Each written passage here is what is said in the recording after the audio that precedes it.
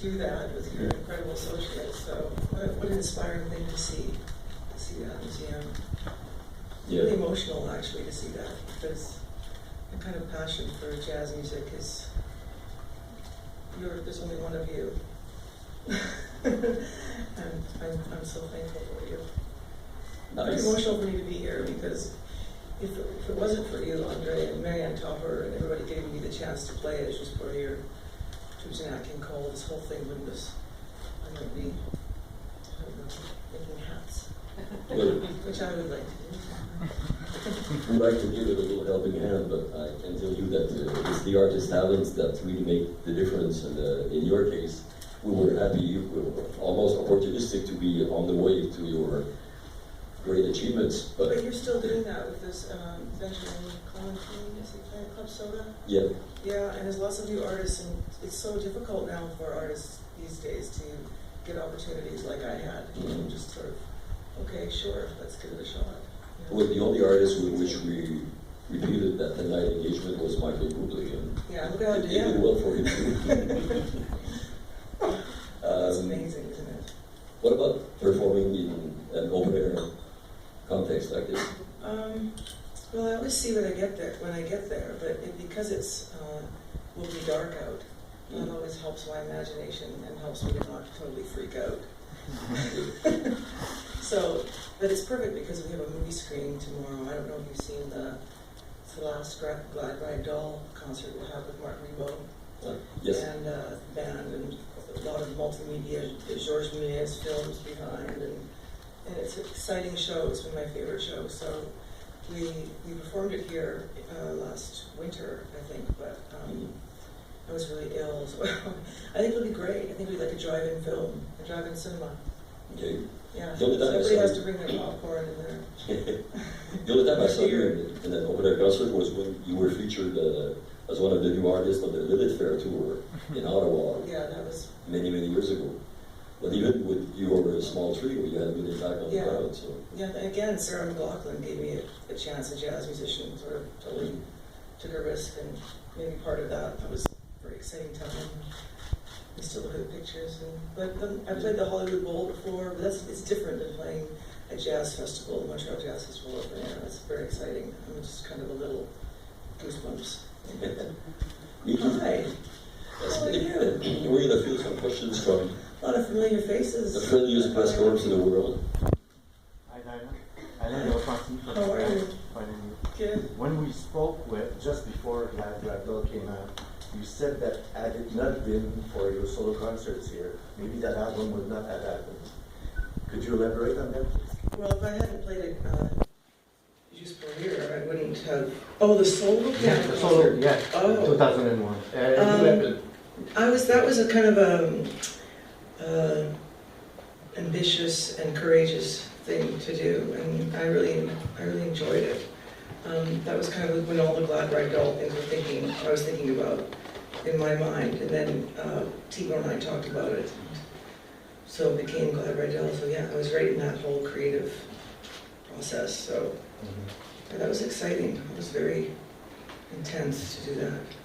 You mentioned Mark Ribot. He was not there in February 2013 when you played here. Did he bring his car keys to play on? Yes, Lonely that's Avenue? it's in his contract that he must bring his car keys. Yeah, exactly. I can't wait to see him. Yeah. So it's just such a thrill to play with him. He's such a generator. He's one of the most creative people. Like Christian McBride, is another person that comes to mind as someone who can just do anything, but always reaches you in a visceral way. It's so raw and edgy, and then he'll play a Glad Ride Doll or any ballad, and he just knows the music. He knows it's not one-dimensional. I always loved Mark Rebo since I first heard him with Tom Waits, but he does his punk thing and very involved in making sure musicians get paid. Has he been playing with I think you he on was that picketing tour? Google last time I spoke to him or something. Has he been playing with you on that tour? What? Has he been playing with you on that tour? No, I've been on tour with Anthony Wilson's been playing with me again on Okay. the guitar chair. Yeah, but this last tour I've been sort of doing a bunch of different things. Was Just Mr. kidding, Barrett's Bajakian last here? name. Sorry? It was Mr. Bajakian here. Yeah, The first yeah, bit. now I have So it's a Anthony, special Anthony band. Wilson Okay. has been with me now, so now it's Rubo, Patrick Warren on keyboards, Stuart Duncan playing violin, Dennis Crouch, Kareem Reagan's playing drums, and I don't even have to show up. It's such a good band, I don't even have to be there. You could just go hear them, so. And they have a special guest later too, so. Yeah. Well, when I talked to Someone I him, haven't seen in a very long time, so. when I talked to him last week, he wasn't sure he would show up. He would show up to see you, but he Who wasn't wasn't sure? Elvis. Oh, is that who I was talking about? I Yeah. don't know. He wasn't sure if he'd show up to see me. I should. He's a That tough he one. will. That he will. But he wasn't sure. I should seduce him then, I better. Seduce him into it somehow. Yeah. But I think we worked it out, Okay. so I think we worked it out, so I'm hoping that he will. Yeah, that'd be great. Speaking of seduction, can I introduce you to Mr. Michael Bourne? Hey, Michael. This gentleman is one of the most important men in my life and career, and I still listen to you on the radio When I saw you when I can. all those years ago, You look great, Michael, too.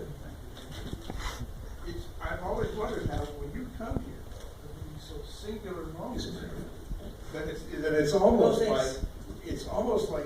do you see your life flash before you, your career flash before you when you come to Montreal? Yeah, I'm not really one to do that, but I guess when Andre just showed me through the museum and you see Miles Davis in his jacket and Ella Fitzgerald with Dave Brubeck, and hear the story about how Dave Brubeck got the last picture taken by Herman Leonard. Herman Leonard.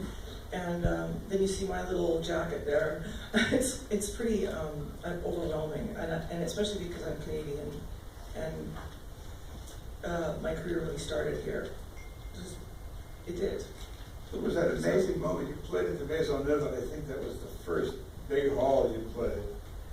And that evening, a couple of hours later, Tony Bennett played at the Wilfrid Pelletier. And in the middle of his concert, he called you out, Yeah. sat you at the piano, and stood there and held the microphone. Yeah. Did you feel anointed on that evening? I don't know what you felt. I felt like, I think there was David Letterman made fun of me because he asked me a similar question. I just said, oh my God, it's Tony Bennett. And he goes, okay, oh my God, it's Tony Bennett. And I have a lot of those situations because I remember when I first met Oscar Peterson here too, like all the very significant people that I met in my musical and personal life. Oscar Peterson was someone that I put in my annual when I was 16 that I dreamt of meeting someday, or you have to put in your annual, your high school yearbook, and to meet him with Kelly and Celine when she was just, I think Celine was only 2 or 3 years old then.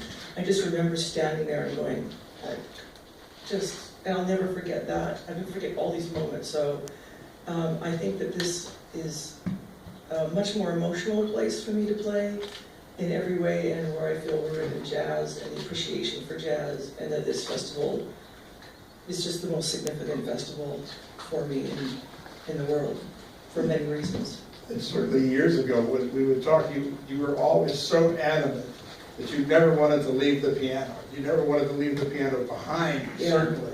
Mm-hmm. And do you feel like you've been pulled away from the piano more and more? Your new record is very Never. orchestral and much less piano Yeah. than I'm used to. I'll have to be on Dancing with the Stars to try to, I don't know.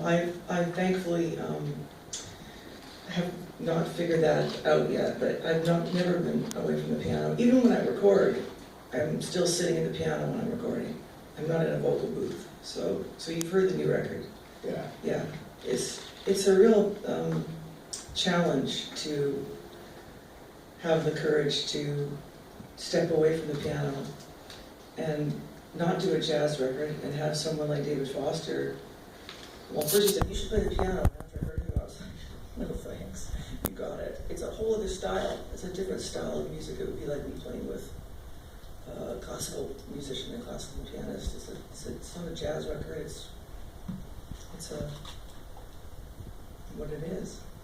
How did the show that you played solo, which is very personal, more than most artists would ever do, with home movies and all these stories about. I wish I knew now what I knew then doing the solo show here, because then at their stage I didn't have any, upright piano, and now the things that I'm doing to incorporate. What are you talking? Have you seen? Well, I saw the solo show here, and then I saw it at NJ back with the band. Oh, you did? I've seen Yeah, it that's 2 or right. 3 times, but Yeah. it got bigger. It changed in some ways musically with new musicians.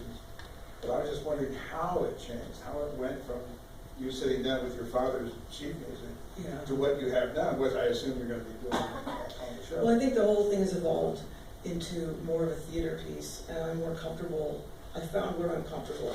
I don't want to play long solos because I'm not the greatest piano player in the world. I don't have as much to say as somebody like Benny Green or people that I just want to hear Brian Melville just play for a long time. I like to kind of play and then, make the statement. But this is the band I've had the most fun with in a long time, because you have Anthony Wilson, who's a jazz guitar player, Kareem, who I was on the road with Ray Brown, 20 years ago together, and Dennis, who's from Nashville, who has a love for it. He's part of the Time Jumpers.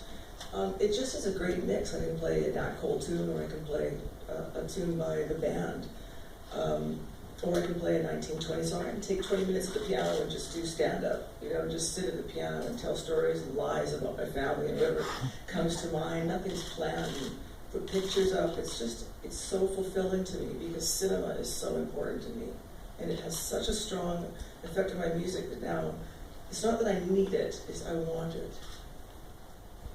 I want to be able for people to see Groucho Marx and how you can put music to it. I love silent film. Every Sunday night with my kids we watch Charlie Chaplin or Buster Keaton, and it's a Sunday night ritual now where we watch Chaplin, and my kids love it, and I've always loved interpreting film to music. So this gives me a chance where I can do that. Some people said, "Oh, why do you need the films?" Because I like it. Next thing I'll be having Bernard Herrmann pieces. I'll have some Hitchcock in there. It's something you can sort of change up. And I stayed up all night, had knee surgery, and would look at clips and finding clips of George Raft, and Carol Lombard dancing to. It's just another emotion, another texture. Did I answer your question, or did I answer sort of the way?